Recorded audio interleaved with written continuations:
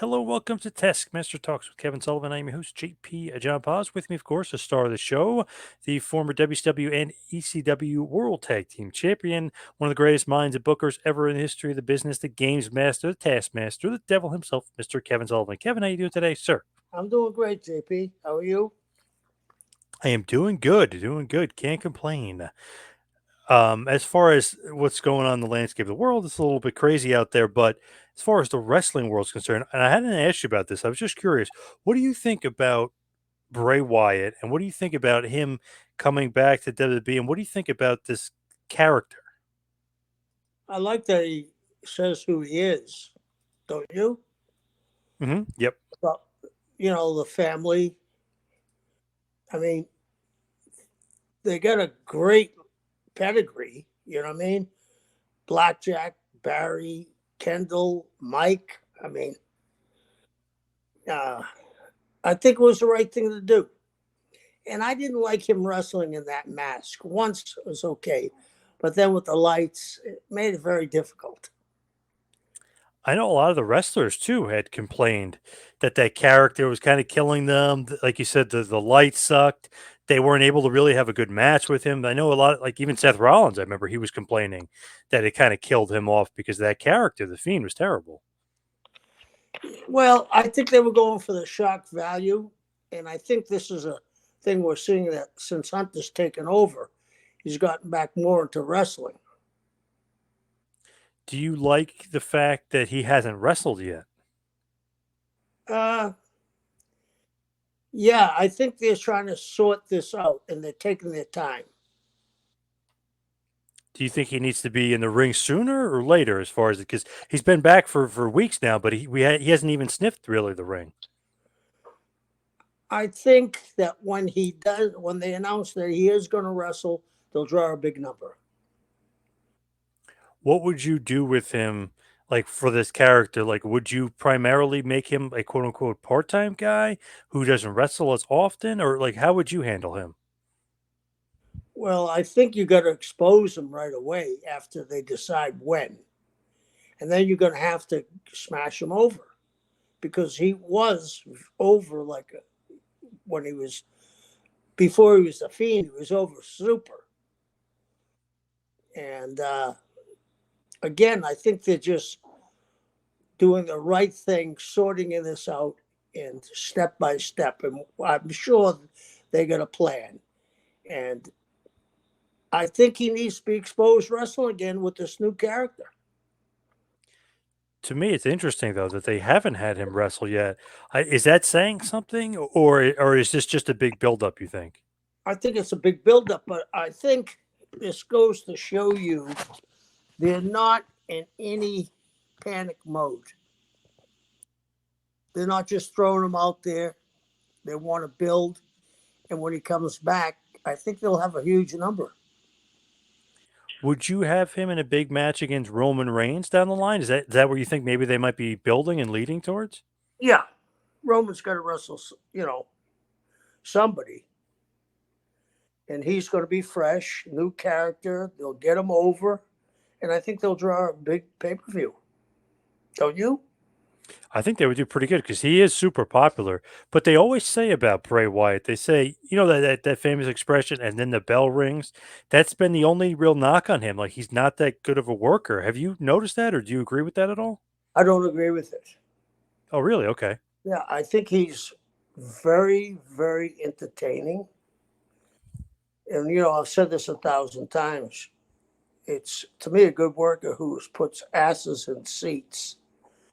And I don't think they would be paying him the money they were paying him if they didn't see something there. What is his merchandise sales through the roof at one point? Yep. That says something. What was funny about that is usually when the guy gets fired or released, the merchandise goes 50% off. They try to get rid of it and it's not as popular. I remember they put his 50% off and it was selling so well. They took it off 50% off and they put him back on the regular price for the merch and it was still selling, even though he technically didn't work there. So people were loving his merch. And obviously, that tells to his popularity too. Right. I mean, if you're selling merchandise when you're not there, that goes to show you how over he was. And was his pay per view numbers good? it's hard to tell because of the PLE, the premium live event era. They don't Yeah, give you figures and numbers anymore. They just throw out there that, like, when he returned to Extreme Rules, it said it was the most watched Extreme Rules ever. So they don't give you an exact number, but they just tell you the importance. So he was definitely popular. People were interested in his return. obviously it was the most watched ever, right? Yep. So I mean, I actually believe that maybe his, people knocking his work was that character saddled the Fiend character. Now, the chains are off him, to so to say, and I think we're going to see a very, very entertaining new character with him. I hope so because I didn't particularly care for the Fiend that much. I didn't really care for. Remember, he was doing the workout thing with the little puppets, and they were working out. Like, I liked when he was doing the Waylon Mercy. Remember Yeah, Dan Spivey? I like that character was cool and different, and almost a little bit like you to a certain extent, where he was like a cult leader too.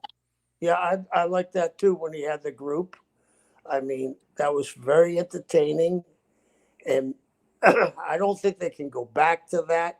That's why I say I really appreciate them taking their time with this, and they're going to make sure it's right. To me, I feel like a lot of him, he obviously takes from different guys, but I feel like a little bit from you, a little bit from Spivey, right? Am I crazy? He feels very old school with a lot of the stuff that he kind of derives from. Well, I think too, he's a third generation. He's been around the dressing room since he's been a kid.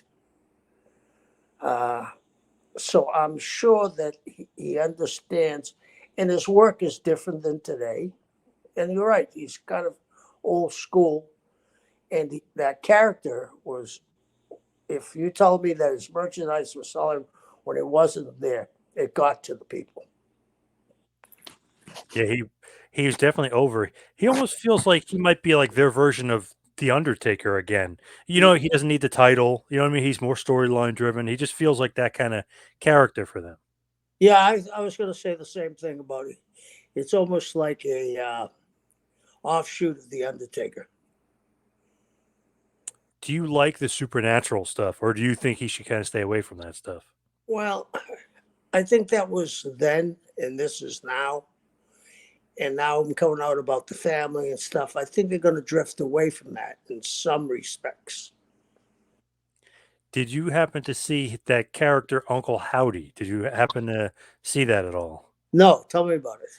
So he's talking, right? And he's kind of cutting a babyface promo. And then on the monitor, quote unquote, Uncle Howdy comes and he tells him, shut up. You better, you better start following me, listening to me. Basically, almost like contradicting what Bray was saying. So it's either him as a different character or it's somebody else, but they refer to him as Uncle Howdy. He almost looks like Barry Windham, like to look to him, but he also has his earring in, and the earring was his brother's earring. So it's a weird character, but it looks like an old version or a weird version of Barry Windham, who obviously is his uncle. Right. And maybe they're playing that up. Uh, sorry, I did see that one thing now that you mentioned it when he was contradicting, but maybe he'll be two characters like the great Muta and Muta.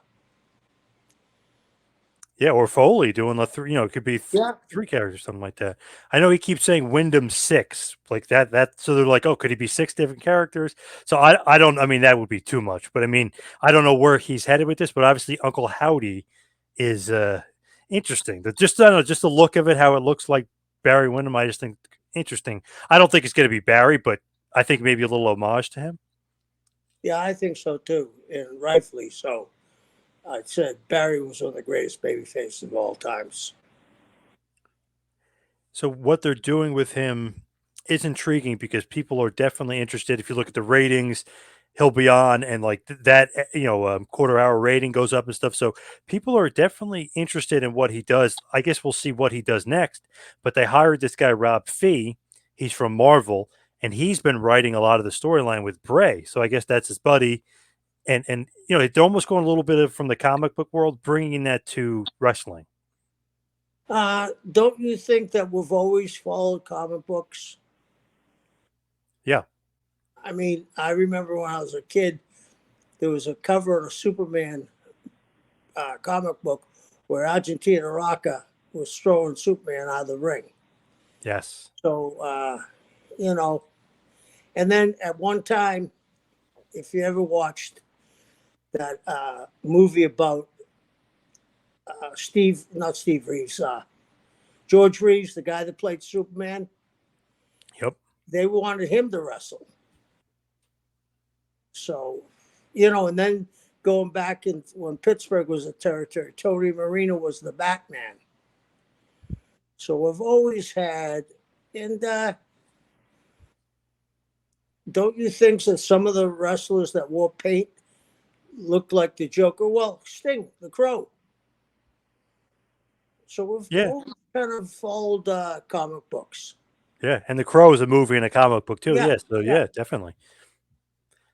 So they got this guy Rob from that world, very good writer from Marvel and stuff, but he was also putting QR codes out there and Easter eggs and teasers. So fans that were really paying attention, I noticed online, like they're like, "Oh, look, this is where this Easter egg goes," and it's almost sending you on a little bit of a wild goose chase. But I just thought, like, wow, we haven't seen that in wrestling before. That's interesting. They're really trying to be more interactive and really get people like thinking and buzzing and wondering what's going to happen next. yeah. And I think that's the entertainment factor of wrestling, where you're not sure where it's going. You Especially know? with Bray, because he's even when he's speaking, you don't know where he's going. He's kind of all over the place in a good way, though. Yeah, They always said, like when he would do his promos and everything else, that everybody would be very interested because he's not one of the scripted guys. Like you can't script him. Does his own promos, so that kind of makes him more appealing to me anyway. That he's not going to be basically a writer is going to be writing his material for him don't you think they've cut back on that too? with Or Triple H. Yes, yeah. So I mean, I think I got to give a lot of credit to Triple H. That was a big shoe to fill when Vince left. And rather than following Vince's pattern, he's developing his own. And he's bringing fans back that haven't watched the product for a while. And they're being very successful, right? yeah, the stock is way up. Yeah. The funny thing about the stock being up is Vince is technically still the owner, so he's sitting at home doing nothing, collecting even more money, because his son-in-law is doing a good job. Yeah, that's great. Huh? Isn't that the dream? Isn't that, hey, I'm going to put somebody else to work, and hey, if they're going to, do a great job, I'm going to sit back and collect all this money. Yeah. Yeah. I think it was when he left. I think the stock was at $66 or 65, and then it went up to like 78. So I mean, obviously, he's doing a pretty good job. The ratings have been pretty good. It's hard to say with Raw because Monday Night Football and that's always dominant, but he's been doing pretty good as far as Triple H. Even the storylines are better, the shows are better, so he's headed in a good direction. Yes, he is. My hat's off to him. And I mean, the people that turned away from WWE are turning back in, so that's a good sign. And he's only been there how many months? 5? Yeah, about 4 or 5. Yep. Yeah. So let's give him a year, and I'm sure the rating is going to go back up. And usually the premium live events, the quote unquote pay-per-views, they've usually been pretty good. And he usually gives the matches some pretty good time. And so that's one thing I noticed that the shows seem to be better too, like just in a more positive direction all the way around. Even for the hardcore fans, they'll even like the shows. Yeah, and I think, that he understands that people are paying extra money, so he's giving finishes. Yeah. Yeah. E- Even when he's bringing in Logan Paul and the celebrities, they've been doing a pretty good job. So, kudos or hats off to Triple H so far. So far, so good. Yes. I mean, I don't think anybody could have done a better job. He's been preparing for this role for a long time. That's according to a lot of the guys. Yeah. Yes, and he's a student of the game. He has a great background. He worked, learned from Kowalski. Yep. He respects the history of pro wrestling, yet he's not stuck in the past. And he sees a bright future, and they're doing exceptionally well, I think. And once they go get something hot, a big package again, they'll go on tour everywhere and draw big money, especially in Europe, right? Which is very hot right now for pro wrestling. Yep. Even the Clash at the Castle a few months ago when they did that, man, that killed. I think it was 65,000 people were there. So I mean, they killed it over there. Yeah, and even the independents over there. I was just talking to Gangrel, and he was in Ireland, and they had three houses. One was 8,000 people, the other one was five, and I don't know what the other one was. But Wow. yeah, Damn. So they're doing pretty good again over there. It's good. yeah, Good yeah, sign. yeah. So going from one thing that was doing pretty good to maybe one thing that's not doing pretty good, and that's WCW Mayhem 1999. It was held on November 21st in 99 in Toronto, Ontario, Canada at the Air Canada Centre. About 13,839 in attendance, so good attendance. The pay-per-view buys 200,000, so not bad. It was called the Tournament of Champions or the Night of Champions. Obviously, you're not here. This is the Russo era. Where are you in November of 99? And the Keys. Yeah, Fishing? yeah, Own or no, you didn't own a gym yet, so you're just no, hanging out. yeah. So here, after we've talked about Halloween Havoc 99, now we're talking about Mayhem 99. This is the second pay-per-view of the Russo era. Obviously, Bischoff is gone in September, so Russo is now fully taken over here. Just a weird part, though, leading into the show. So this is the 32-man tournament that we briefly touched upon before. So now the final four are at this pay-per-view. So it's Benoit and Jarrett, Bret Hart and Sting. So not a bad final four, but how we got there is just the one weird part that I didn't particularly think made a lot of sense. So Sting was the champ because remember I was telling you Hogan laid down Right. and Sting just pinned him. Hogan's gone, so it's like okay, that's weird. Then later on in the night, Goldberg beat Sting in a short match, technically speaking for the title, but they kind of mention it's not really for the title, and Sting's not the champion because he beat up the ref and we stripped him of the title. So leading into the tournament, confusion for me. That just I don't know. To me, that didn't make a lot of sense because if you look at it, remember Hogan? Okay, he's champion. You got the Hebner brothers. They do the switcheroo with the ref. Okay, that makes sense that you have to hold up the title because Andre's not really champion. He gives the title to DiBiase. You can't do that. Hogan got screwed. Okay, you have to put the title up in a tournament. This doesn't make sense. It's like Sting standing on somebody, then Goldberg beats Sting, and then Sting beats up the ref. Like this is, I don't know. It's a weird way to create a tournament to me. I have to agree with you. So, and 32 man is weird too. It's an odd number. Like 16 man, 8 man, 32. All right. Yeah, that's to me, it's weird. Let's go back to our cousin boxing. Mhm. When Ali was stripped of the title, they had a tournament. 8 guys in the tournament. Jimmy won. Jimmy Young, not Jimmy Young. Jimmy Ellis won the tournament. And then the only two states that didn't recognize that title was the New York Athletic Commission and the Massachusetts Athletic Commission. And they had Douglas against Frazier. And that's when we had the two champions. So here in this tournament, it's just confusing the way, and they'll have the video package to start off the show, but it's just confusing the way we got there. It's just, I don't know. It's one of the things where I know, I guess they just wanted a new champion. The way they went about it was weird. But like I said, the final four, Sting, Jarrett, Benoit, and Bret Hart, pretty good final four, actually. When you actually break down all the nonsense, those are four pretty good guys. Very solid. Very solid.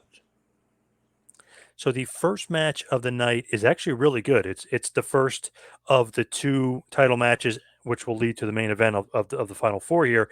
Chris Benoit defeats Jeff Jarrett in the tournament semifinal. The match goes about 9 minutes and 30 seconds here. Pretty, I mean, you almost can't go wrong with Jarrett and Benoit. Jarrett's good, and obviously Benoit is one of the best. Yeah, and I've become a big Jeff Jarrett fan over the last few years. His body of work stands up to just about anybody.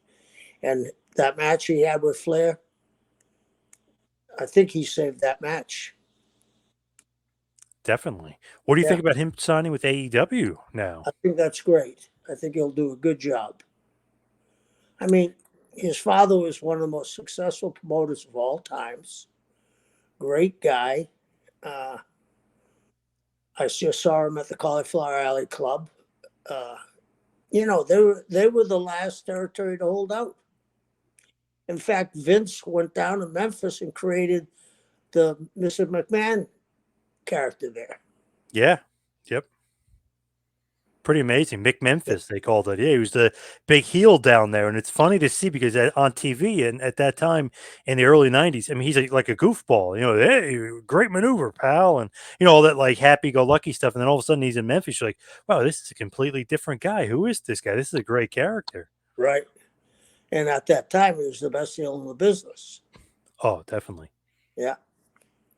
So for this match, the powers that be, which is Russo behind the camera, and obviously Oklahoma, Ed Ferrara, we talked about that before. They're the powers that be, and they have Gerald and Pat, which is really the Harris brothers pretending to be, I guess, so to speak, making fun of Gerald Briscoe and Pat Patterson. They're called Creative Control.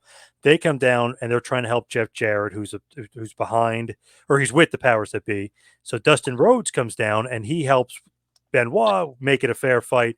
Benoit nails Jarrett with a guitar, and that helps Benoit win. So it's a good match, but there's a little bit of chicanery involved with them trying to cheat for Jeff Jarrett to win, to no avail, though. I guess you could say a little bit overbooked, considering you have Benoit and Jarrett. You kind of don't need to do, you know what I mean? You don't need all that Gaga stuff, but it worked to a certain extent. You know what I don't like about that finish? Jarrett gets hit with his own gimmick. Oh, you don't like that? Okay, No. Did the Sheik ever get the pencil taken away from him and him lose? I don't think so. No, didn't happen. When Hogan gave you the big leg, which was a gimmick move, right? Did anybody kick out? Not usually. No. I think maybe the Ultimate Warrior did, but other than that, I can't remember. I mean, think of Abdullah. Think about guys that use gimmicks. I don't like that they took the gimmick away from Jeff. They didn't need that with those two guys who were magnificent workers. But that's here nor there. They had their idea and the creative control. Maybe they wanted to expose that maybe they weren't as strong as I don't know. I don't know what they were doing. It was just, yeah, to me, it's just a little overbooked because you have Benoit and Jarrett. It's like, okay, these guys, awesome match, and they're going to knock it out of the park. And then at the end, it's like this guy cheats, and Dustin comes down to kind of prevent him from cheating. Just not necessary to me. No. And here they have Jarrett and Creative Control then beat up Benoit, after the match, which is like, okay, Benoit's a match later on. They're kind of making him even weaker for later on. Then they go to the back, and Tenay is with Disco, and Disco says he's going to defend his cruiserweight title tonight. Then Creative Control and Jeff Jarrett then beat him up as they walk by. So for some reason, they're really trying to get Jarrett and Creative Control over, even though Benoit just basically beat them, in the segment before. Would you call that 50-50 booking? Yeah, I mean, maybe, or is they're trying to get them to have their heat back? I don't know. Are they going to, is creative control going to wrestle and pay off the heat? No. Right? Nope, nope, not tonight. Nope. So you got to, there got to be a reason to get all that heat, I would think. So then the next match, we have Evan Courageous with Medusa defeating Disco Inferno with Tony Marinara to win the Cruiserweight Championship. The match goes 8 minutes and 30 seconds. I don't know, nothing too great here. Nothing really to write home about. Tony Marinara, who's Tony Mamaluke eventually. I mean, he kind of interferes. Medusa interferes in the match, but Evan Courageous ends up winning and being the new cruiserweight champion. What do you think of the pairing of Evan Courageous and Medusa? Kind of, I don't know. I'm not seeing the parallels there. It's a weird pairing. Yeah, I mean, I don't know why Medusa was a fabulous wrestler. Why did I don't know. It was like you said, I don't understand why that was there. Maybe they had a long range plan for it, but I don't see it. And then Medusa dressed very scantily clad, if you will. I mean, which is no problem, obviously, but they were trying to make her like more of a sex symbol, almost like this young guy is with this, pretty older woman. Like that was the vibe that they were kind of going there. I guess trying to make it like courageous as some sort of like player, I guess, so to speak. Your guess is as good as mine on that one, I guess. You'll love this though. So Disco Inferno is like putting money up, saying that he'll put up $25,000 if he loses. But the whole thing is that he's kind of owes money to Tony Marinara, who at one point his dad on the show was Chuck Zito, who is like this mafia guy. So they're teasing all this Mama Luke mafia stuff with Tony Marinara and Disco and Chuck Zito, and it's kind of like funny in a way, but in a way it's like where the hell are they going with this like weird storyline where Disco is like a patsy for the for the mafia almost. You think you could get away with that today, Mama Luke and Marinara? Probably not. No. You ever hear of the Italian Defamation League? Oh yeah. Yep. Yeah. Okay. I know that they were not against, or they were against the movie The Godfather for a little bit. I know that. Yeah. Yeah.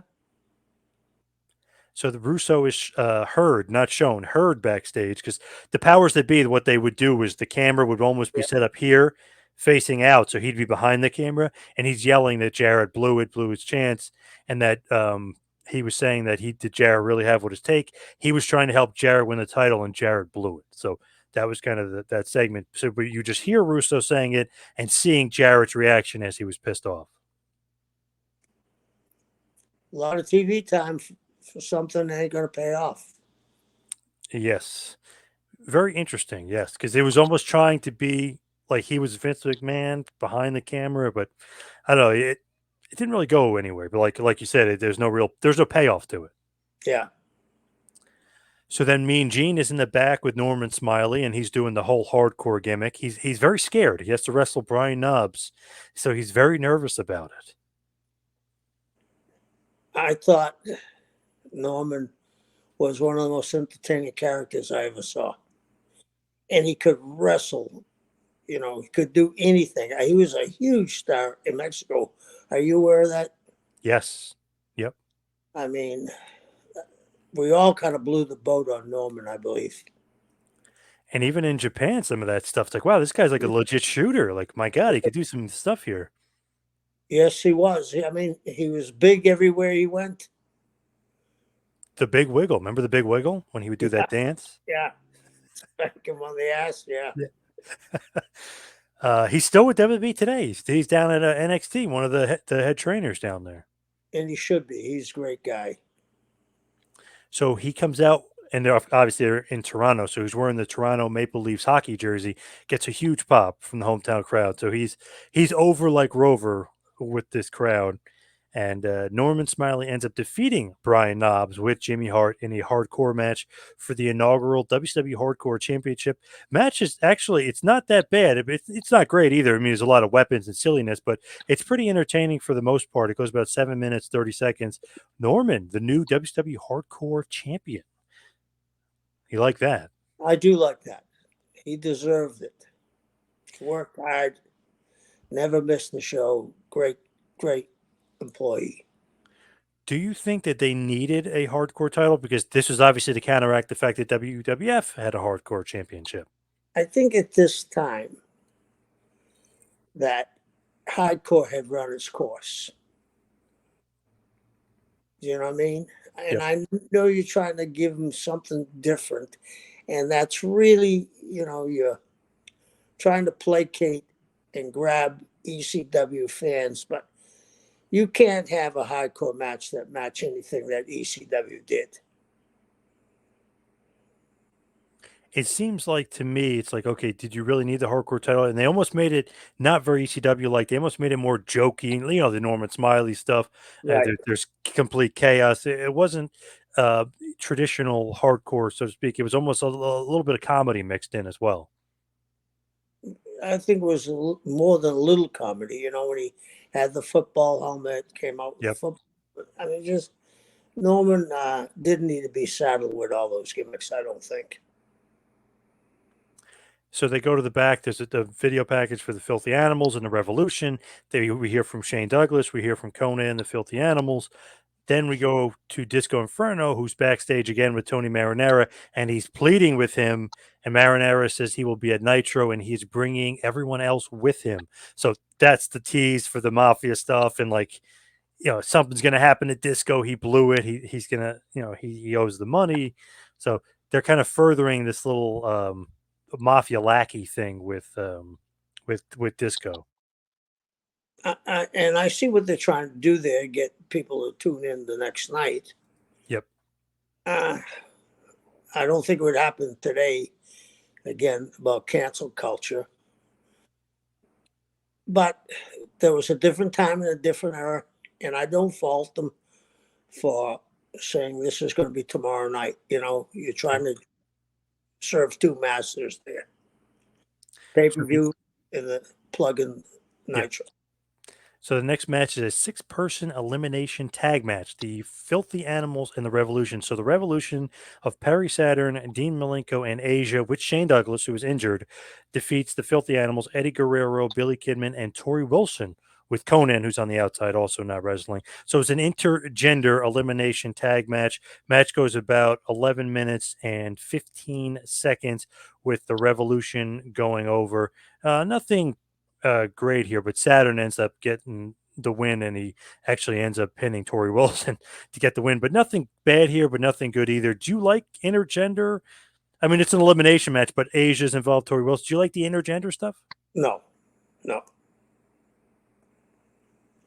Obviously, Asia and Tori Wilson aren't really good wrestlers either at that time. They're not even technically really trained wrestlers either. Right, right. And I knew Asia way before she was in the business. Very nice person, you know. Uh, but she wasn't trained, and I don't think Tori was she? No, I don't believe so. More of just from the modeling, side of thing and the, Right. the fitness world, but I don't think she was ever really trained to wrestle ever. Yeah, Even in her WWF days after this, I don't remember her really. I mean, she knew a little bit, but didn't really seem like she was fully trained. exactly. Looked great though. There's no doubt about that. Looks great. Absolutely. A little bit of man on female violence here. I mean, some people like intergender stuff. I'm not really a big fan of it, especially here in '99. It just definitely wasn't really something we were used to seeing, as far as like men and women being in the same match together. Yeah. The first one I ever saw was Mrs. Saito versus Joyce Grables in the Omni. It went 4 seconds. As it probably would realistically. Yeah, against Saito, yeah. So again, Jeff Jarrett and Creative Control beat up Buff Bagwell backstage. So if you're counting, they beat up Benoit, they beat up Disco, they beat up Buff. I mean, they're beating up everybody up behind the stage, and that's 3 or 4 times that Jarrett and Creative Control have been on the show. Is that a bit much? A bit overkill? Again, I'm going to ask the question, where's the payoff for these guys getting all this heat? I'd rather I Jeff have done it by himself. It's weird because they're in from what I'm remembering, and we'll get to it, but it doesn't really seem like even down the line that there's like this big payoff. Just seems like they're just trying to, I Get don't know, over. have Jarrett to beat everybody up with Creative Control. Yeah. If Jeff had done it by himself to get his heat back, I got no problem with that. Jeff deserved to get his heat back, but he's sharing it with two other guys, right? Yep. So again, here we go. We have Buff Bagwell versus Kurt Hennig in a retirement match. Jarrett and Creative Control then beat up Hennig. So now there's another guy that they beat up. It's the fourth or fifth guy that they beat up. And then Buff comes and beats them up and kind of scares them off so he can have his match with Hennig. But what happens is Buff ends up beating Hennig in about 8 minutes and wins the match and technically ends Kurt Hennig's career here. What do you think here? Just a really no build up, not a lot of big push here, but Buff Bagwell ends up ending Kurt Hennig's career. Did they ever touch before this night? Not really that I can remember. And it was a weird build up too. Like, why would these two guys have a retirement match? Right, right. It was You know, almost more predicated on Russo or the quote unquote powers that be trying to assert, like, oh, we can make anybody retire. We're going to put you guys in matches that you don't want to be in. I mean, you got me. So we're going to find out, not at this show, but if down the road, that Hennig agrees to work with the powers that be so he doesn't have to retire. So technically, the stipulation of this match doesn't hold weight for very, very long either. Is that what you call false advertising? A little bit. Yeah, A little bit of bait and switch there. yeah. So, I mean, we're in Canada, so obviously Bret Hart is going to be super duper over. He's going to be very popular. The fans are firmly behind him, and he's up in the next match as Bret Hart defeats Sting by submission in the other semifinal tournament match. Match goes again 9 minutes and 30 seconds. Pretty good here. Not great because I feel like they kind of maybe could have used some more time, but pretty damn good match for the most part here as Bret gets the win and Sting taps out to the sharpshooter. I mean, can't really say much here as far as negative. It's just a good match to kind of further the tournament. I think it was a very good match, and you given Brett was a huge baby face, as you know, in Canada. And if Sting was going to do a job, it was right to do it to the sharpshooter. And the finals, if you will, which would be the main event for later, is going to be two Canadians, Bret Hart versus Benoit. So you like that, having the two Canadians in the final against each other? Yes, because they're going to have the match of the year. So if you really look at it and kind of examine it, it seems like Brett and his poor booking, or maybe him not getting the push when Hogan was around, like, seems like that's kind of washing away as he's getting a main event push here. Do you like that though? I mean, you like Brett kind of finally being able to be the top dog in WCW? He should have been pushed as soon as he came in. But yeah, I like that he's getting the push. He's Bret Hart in Canada. Can't lose. Do you think that Hogan not around is a good thing for Brett? Like, Brett always said he thinks Hogan was responsible for holding him down in WCW. Well, if that's what he thought, his perception is his reality. So for him, he might have felt more comfortable with Hogan not being around. Do you think that Hogan was holding him back politically? They paid Brett a lot of money. Uh, I I don't see, and that Brett and Hogan would have drawn a lot of money. I don't see that Hogan did hold him down. I think it was just at the time there were so many people stirring the pot that Brett got left out of the mix. It's funny because, like, he comes into WCW, you have Hogan, Flair, Sting, Luger, Hall, Nash. Like, the Giants still kind of roaming around, DDP, Goldberg. I mean, I just named 9 or 10 guys just like that are main event top level guys. So it's not Right. like he came in, there was nobody else. I mean, there's a lot of guys you guys had that were main eventers at that point when he stepped in. Yeah, Randy. I Yes, mean, Savage. Yep.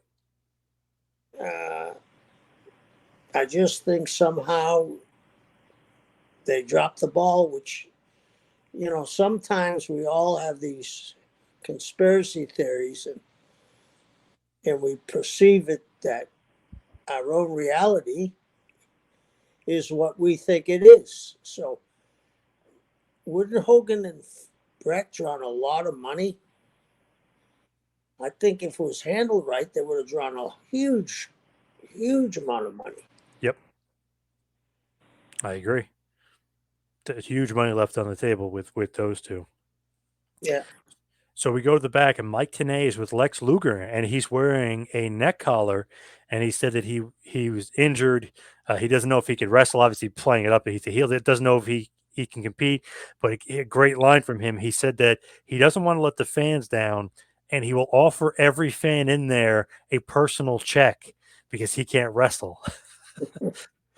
Great line by Lex. I mean, obviously being just a great heel, but I just thought that was so funny. It's like, he's full of shit. He's not. First of all, he's not injured. Second of all, he's not giving anybody a personal check. Right, right. And Lex was very good at that, playing both sides. I thought that's where his best work was, when he was tag partners with Sting. Yeah. Yep. Yeah. So then we have the dog collar match. Vampiro with Jerry Only of the Misfits defeating Berlin with the wall. He wins via submission in about 5 minutes in this dog collar match. I don't know. Something here just, and it wasn't that good of a match here. Just, I don't know. It just, nothing was working. And of course, Ed Ferrara, Oklahoma, comes out with Dr. Dead Steve Williams. He gets involved. There's some chicanery and gaga stuff going on, but it just wasn't good. And there was too much going on. Thank God it was only 5 minutes because it was pretty short. But I feel like with Oklahoma, Jerry Only, Vampiro, The Wall, Berlin, just too much going on, and it just wasn't able to kind of get across whatever they want to get across. And after the match, Dr. Death gets in the ring and he wipes out Vampiro, he wipes out Jerry Only, and he wipes out Berlin as well. Very difficult to follow. I know you're not a big fan of the Oklahoma gimmick, and obviously it's him pretending to be JR, making fun of JR, with Dr. Death really being the guy, like his enforcer or whatever, his fixer, that he's basically bossing him around. Hey, beat up the wall, or hey, beat up Berlin, or destroy Vampiro. So that's kind of the gist of why Dr. Death is there. He's basically, it's JR, Dr. Death, but he's the heel, and he's telling his enforcer to go destroy these guys. Yeah, and people knew that JR and Dr. Death were close. Yep. So we said it before, but we'll just glide over it. I wasn't a big fan of that Oklahoma gimmick. So Dr. Death beats up, like I said, Vampiro and Jerry Only, and then we go to the back. Mike Tenay's with Scott Hall, who is both the United States champion and the television champion. He's saying if anybody wants to step up later, he will challenge anybody. If anybody wants to fight him for the WCW and TV title together. So they're really, giving Scott a pretty big push. He's a U.S. champion, he's a TV champion. He's getting a good amount of TV time. Not on this show, but eventually on Nitro, they do an angle where Nash and Hall are playing basketball in front of a garbage can, and Hall dumps the TV title in the garbage. What do you think about that? I'm not a big fan of that. It's funny. I asked Russo about it. I said, "What was the deal?" He didn't remember. Didn't know what was going on. He said he just wanted to get rid of the TV title. And I was thinking, it's like, is that the best way to do it? But WWE on TV, they just had Nikki Cross do that with the 24/7, almost the same exact thing. She walks by a garbage and she takes off the title and throws it in the garbage. So Russo did it, and Triple H did it too. Well, the 24/7 I can see. I thought that was bullshit. Horrible title, yeah. TV title obviously has a lot of lineage and legacy to it. Huge lineage. Huge. At one time was the national TV title when there was territories. Yeah, and Scotty Hall and Nash are joking around and throw it right in the garbage. They eventually do a storyline where Hacksaw Jim Duggan is the janitor. Remember, we talked about this before. Yeah, he finds a title. And then it's funny, Jimmy Hart booked Saturday night separately. He just like, okay, you'll be the TV champ on Saturday night. And that's kind of the way they booked it. And Duggan would be on that show. But they had him as a janitor. Obviously not the greatest gimmick for legend like Duggan. Right, right.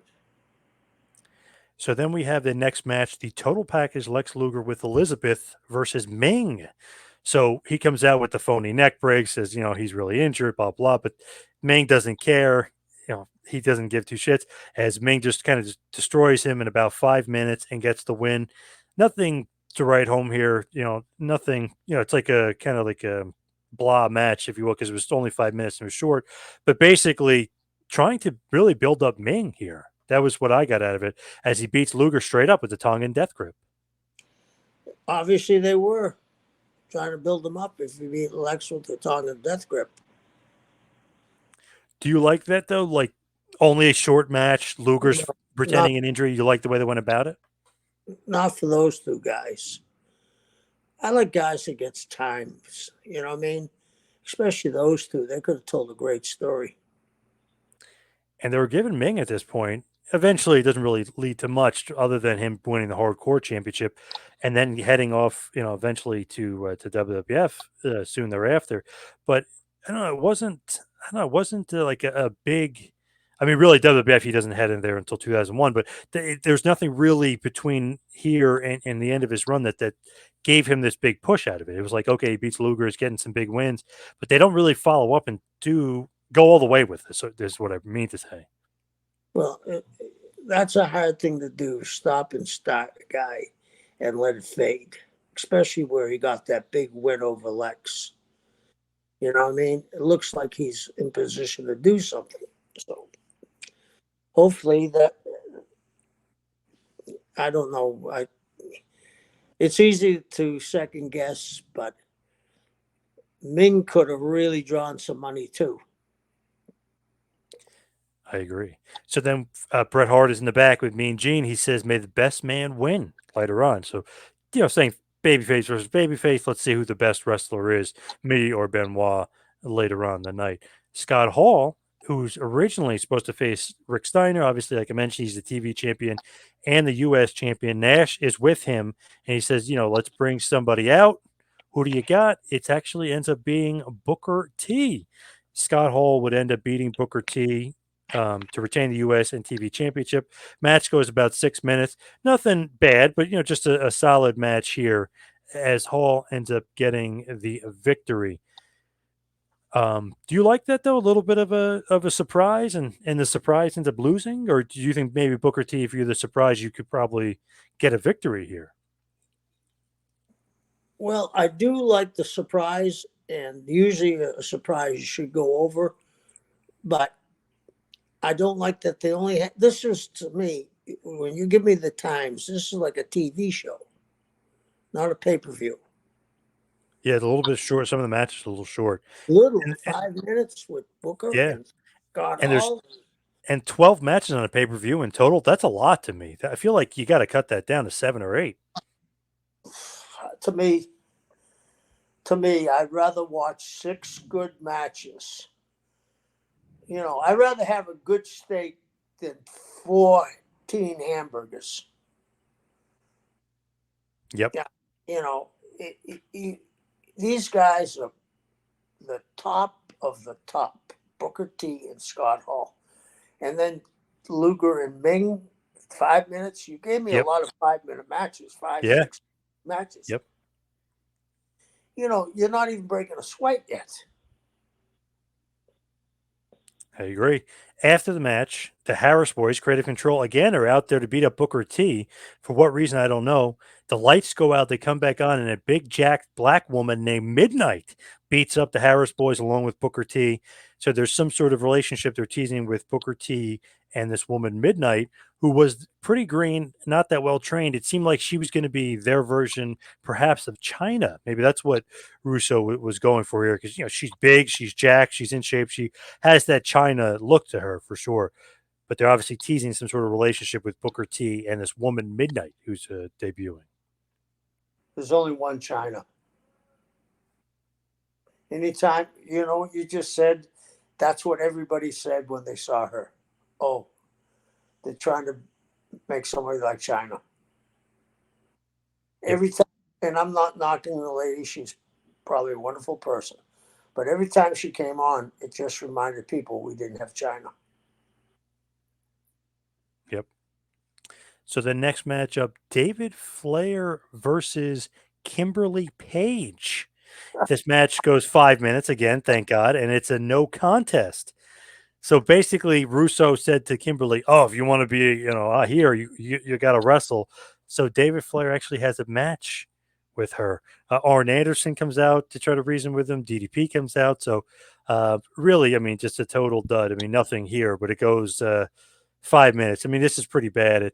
They probably could have saved it for Nitro or whatever. I mean, this didn't need to be on the pay per view to me. Kimberly did a great job with the Nitro Girls. Yeah. Why? why do that? Yeah, I know she's a beautiful lady, but didn't do anything for her. Didn't do anything for David. I don't think, did it? No, nope.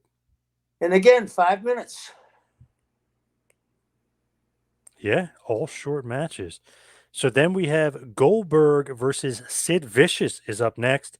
Remember the last time we talked about how Sid was bloody and a mess when Goldberg beat him in the middle of during this feud. So it's almost like they're trying to turn Sid into this big baby face, a la Austin when Brett beat him and he was bleeding and stuff. It seemed like that's what they were going for here. Goldberg ends up defeating Sid Vicious in an I Quit match via technical submission.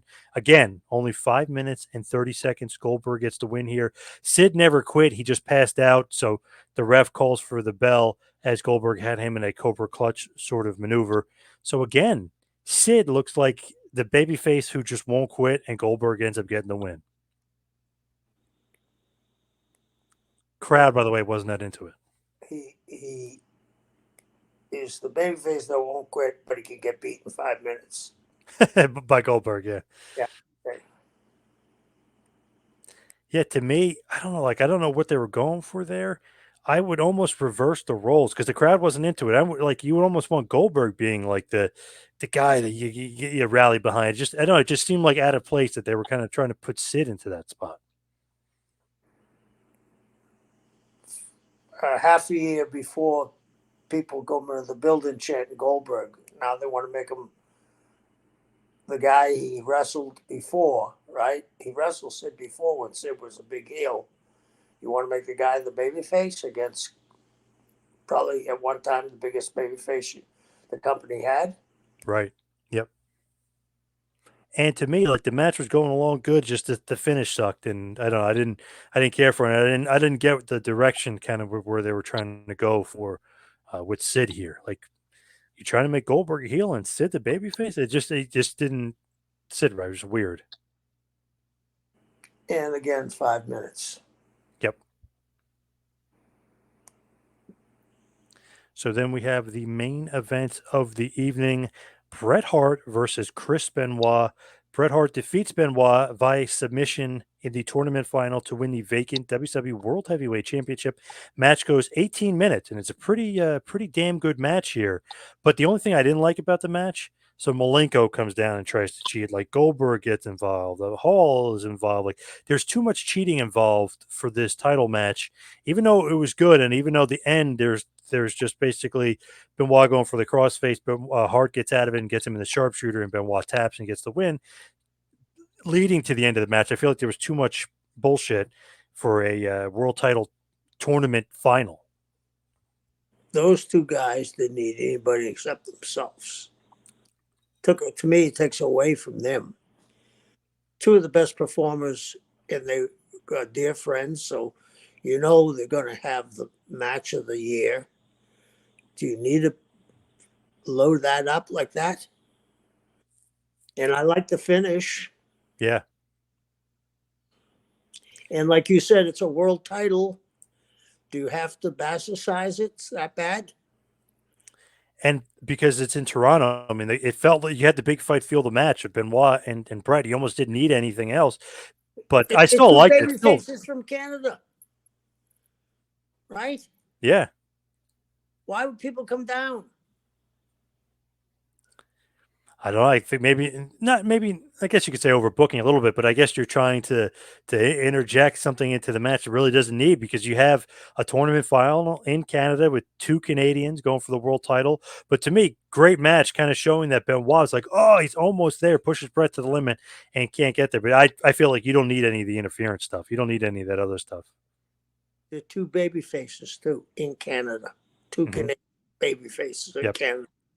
Just ring the bell and let them perform their Yep. magic. Only good thing is like when Goldberg and those guys kind of get away, then we get back to the match and then we get to the finish without having them at least involved in the finish of the match with these two great legendary workers. I still don't like the guys coming down. Yeah, me neither. So that's the end of the tournament, though. Brett wins the 32-man tournament, defeats Benoit. At least the match goes 18 minutes. At least it was a good match. After the match, the pyro goes off, and Brett is celebrating in the ring as the crowd cheers, and the show goes off the air. So the last moment we see is Brett kind of celebrating with the title and him finally becoming the WCW World Heavyweight Champion. Good ending. What do you think of the show just overall from what we were surmising here, like from what we were talking about of overall the show? To me, it's a TV show. 5-minute matches. Too much. Do you think that obviously if you cut down the matches, you cut down the storyline, you cut down on Jarrett and creative control beating up everybody, probably would have been better, right? There's no storyline. It's a constant beat up, and there's no payoff. Is there? Is there ever going to be a payoff? Not really, no. Well, one of them wins the world title, so I mean, I don't know. I have no idea. So to me, I put it, I guess, in the middle, just because I like Benoit versus Jarrett, I like Brett versus Benoit, I like Brett versus Sting. So I mean, there's some of the matches there it's good. It's just that some of the storyline BS in between, not so good. Well, because of what you just said, I'd have to go in the middle too. But I'd rather have seen Scott Hall and Booker have more time. Yep. Let and Ming have more time. You know, you didn't need that dog collar match because that's very hard to work. Yep, and you didn't need David Flair versus Kimberly Page either. No. And you didn't need interject the 6-man tag. Yep, definitely wasted some time with some of those matches for Yeah. sure. Yeah. So let's head towards the plugs. You can follow me on Twitter and Instagram at 2Man Power Trip. Check out the website, tmptempire.com. Go to Pro Wrestling Tees, ProWrestlingTees.com. Visit the Kevin Sullivan Store. You can follow Kevin on Instagram at Taskmaster Talks. Kevin, what else you got going on in this crazy world? This Saturday, I'll be in Homestead, Florida for CCW. They got a great little thing going. And come and see me. Say hello. All right, awesome stuff. Thank you, Kevin. Thank you, everybody out there, for listening. See you right back here next time for a little Taskmaster Talks with Kevin Sullivan. We'll see you next week, folks.